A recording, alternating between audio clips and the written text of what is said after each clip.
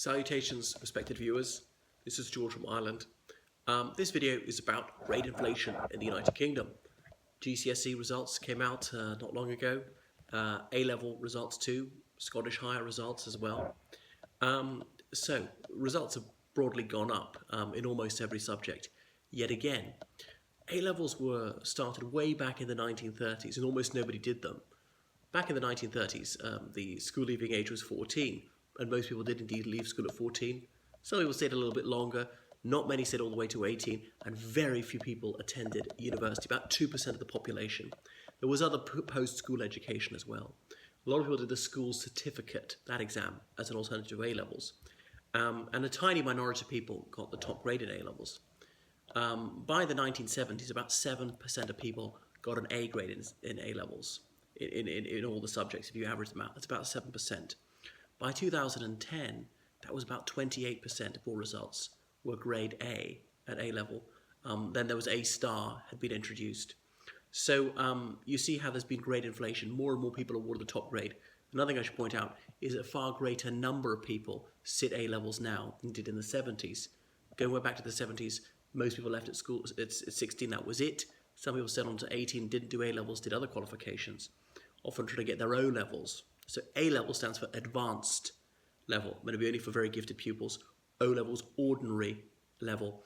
In the 80s, O levels were got rid of, and people started to do GCSEs, General Certificate of Secondary Education, exams you sit when you're 16. You might do some a year or two early if you're bright. But the general trend is very clear. More and more people were getting top grades. You go back to the 70s, even getting an E grade was impressive in A-levels because a lot of people failed totally. There were people who went to Oxford and Cambridge having got D grades, or even all B grades in the 80s because these grades were hard to get, very hard to get. And now for Oxford or Cambridge or to read medicine, you need to get top grades in virtually everything, not just the subjects that are relevant to your chosen degree subject. So you see more and more people awarded top grade. So there's grade inflation. But there are several reasons. It's not just grade inflation. There are good reasons, laudable reasons why this has happened. Because there's more effectual teaching. I suppose teachers weren't under very much pressure. Some of them just really didn't care and were able to cruise by. There's also more teaching to the test. We'll strictly teach you for this exam and nothing else, caring about exams and not about education. I remember my housemaster banging on about this over 20 years ago. So to hide the grade inflation, a number of strategies have been deployed. There was A was the top grade in A levels. Then there's so many people getting A's, they had to introduce A star several years ago. Likewise, O levels a long time ago used to be numeric, with 1 being the best and 9 being the worst. Then they switched over to letters, A to E being kind of passes. C is a real pass. D and E is well, in theory it's a pass, but it's bad. But anyway, then they had to introduce A stars in GCSEs, and a long time later they did it with A levels. So there's been dumbing down. I could show you textbooks from one year, let's say 1996, the same textbook from 2006, and it's been slimmed down. There's just less content. They use a simpler vocabulary. There's a glossary explaining things.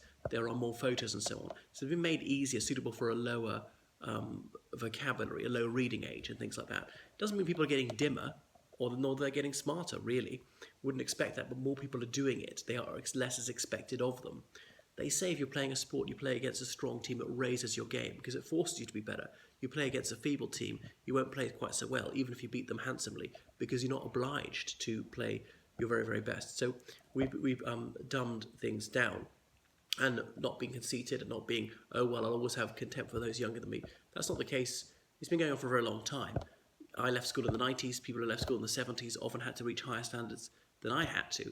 If I'd had to do O levels, I would have failed Latin, I would have failed maths, and so on. I would have failed all the sciences. Indubitably, there has been grade inflation. This is partly due to politicians wanting to boast, oh, we have a bumper crop, the best ever results.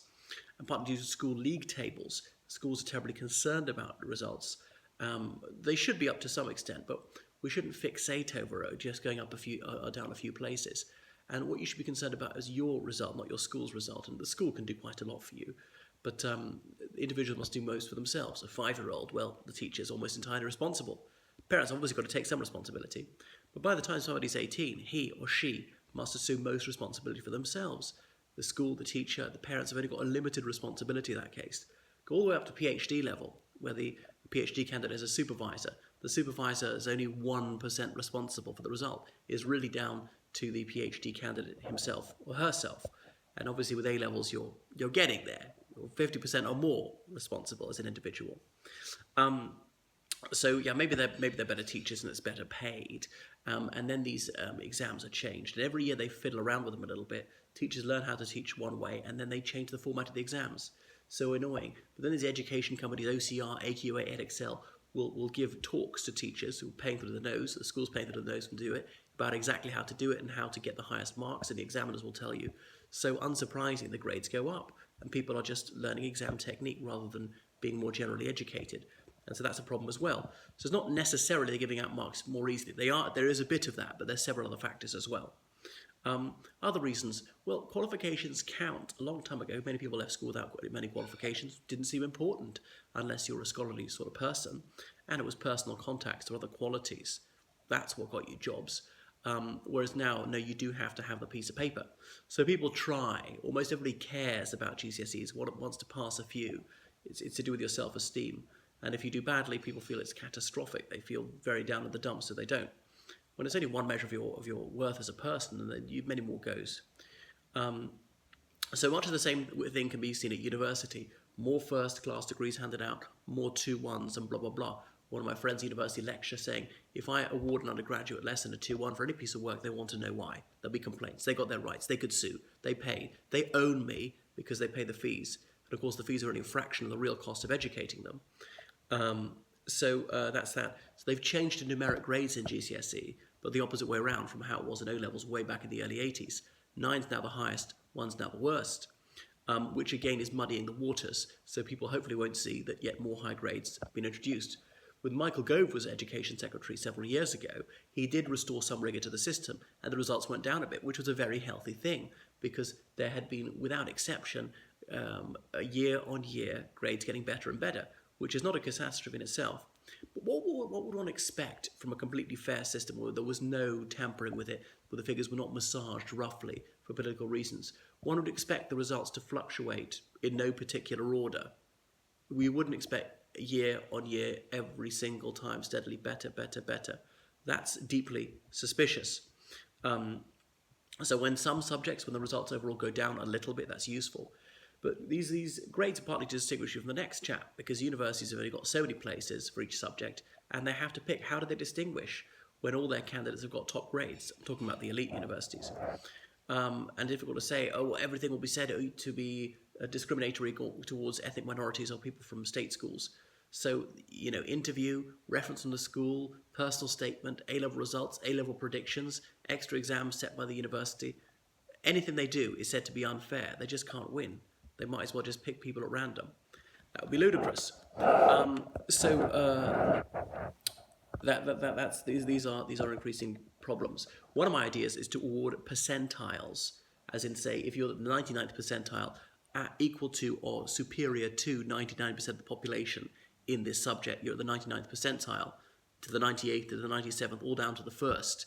You're at the first percentile. You're equal to or above only 1% of the population in whatever subject if you're really terrible. Because really it's a rank order. That's what we need if we're going to slot you in here or there. Not many people do Latin, and they tend to be self-selected, the brainy ones. So even the 5th percentile in Latin is quite good, because you only get to do Latin if you're very good at your own language.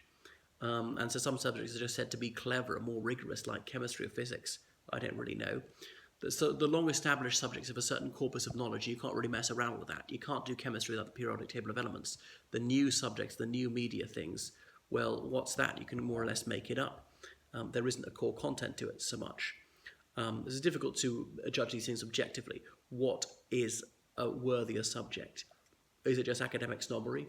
Well, what makes things academic? It has to be book learning, for want of a more elegant phrase. And this can apply to the sciences as well. Not practical things, not hand-on things quite so much. I realise there's some crossover. So we should accept most of us are only average at most subjects. That would be sort of C-grade ability. We shouldn't expect anything different. Most people are bad at a few subjects. I'm woeful at mathematics. I'm dreadful at physics. I'm terrible at chemistry. I'm a complete failure at technology. I'm feeble at information, computer technology, and so forth, right? So this is what being an adult is, and trying to find maturity is recognizing my shortcomings, my failings, facing up to those, but not being depressed, having reasonable self-esteem, despite being able to say out loud, yeah, I'm bad at things. I failed. It's nobody's fault. It's not a reason to be depressed about. Don't need to point the finger at somebody else and blame them. Oh, I wasn't properly taught. I can take it. You need to know what you're bad at. Very few people are going to be brilliant at everything. There's certain careers I just couldn't pursue. That's that. That's reality. The end of education is to know thyself. Understand yourself, both your aptitudes and your weaknesses. So the problem is people won't accept 50% of children are below average. Of course, I can accept, I'm not saying whether they have children or not, but they could be bad at subjects, they could be fail at them, they might not be making an effort. They might be brilliant. More likely, they're about average and they're making a reasonable effort. So that was a trouble when I was teaching many years ago, not being able to tell the plain truth in reports that this person is satisfactory at the subject. You should be satisfied at that. David Cameron saying they're good enough is simply not good enough. Yes, it is, because that's the plain truth. We need to say that. And when someone is below average, we need to say that. That's not insulting. And it might be diplomatic, or might be diplomatic up to a point. There comes a point when being so-called diplomatic is being downright dishonest and say, she is disruptive or he is lackadaisical. And that's the truth, and people need to accept that and recognise that and face up to it. So obviously commend people on their A-level results and GCSE results and so forth. And some people are very high ability, and that's always been the case. No more, no less than the past. Some people are trying very hard. Most people are making a reasonable effort. Some people aren't trying hard. And some people are weak at things. Some people are terrible at certain subjects. That's the plain truth. We should expect that spread. We can't all pass. If everybody passes, it's got to be too easy. If a considerable number of people get 100%, again, it's too easy. Because we should have some questions which are almost impossible just to stretch the very brightest at the upper end of the ability range.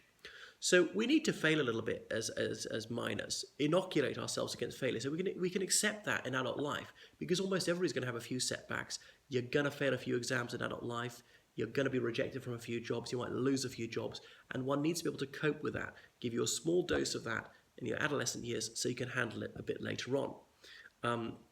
So the trouble with the self-esteem culture is all must have prizes. Is telling everybody they're at least satisfactory, or telling people that they're making a decent effort when they're not. And most people are making a satisfactory effort, and most people are okay at the majority of subjects. So there's got to be a little bit of criticism of the report, a little bit of realism, and we're turning people into snowflakes who can't handle it when they fail things, who have an inflated notion of their own abilities and accomplishments. So we need to be able to cope with adversity and bouncing back from disappointment and failure. That's a crucial life skill. Not easy. I'm good at handling failure because I've had plenty of practice. So I remember when I was an undergraduate, Dons could tell me that my work was below par and that I was an idler. And they needed to tell me that, and they were right to tell me that. And not many Dons at university could do that these days. So that's that. I mean, the generation before me had it tougher than I did, and perhaps they would have said the same about me. I do think it has moved on a level since the 90s, and that's why a little rigor needs to be restored. So I certainly don't have contempt for people who are 20 years younger than me, and some of them are very industrious, scholarly, and very high achievers. And there are people right at the opposite end of the spectrum.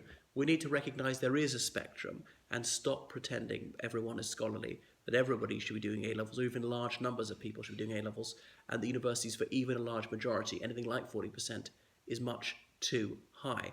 And then we can have a good education system. I think we had it about right, probably in the early 90s.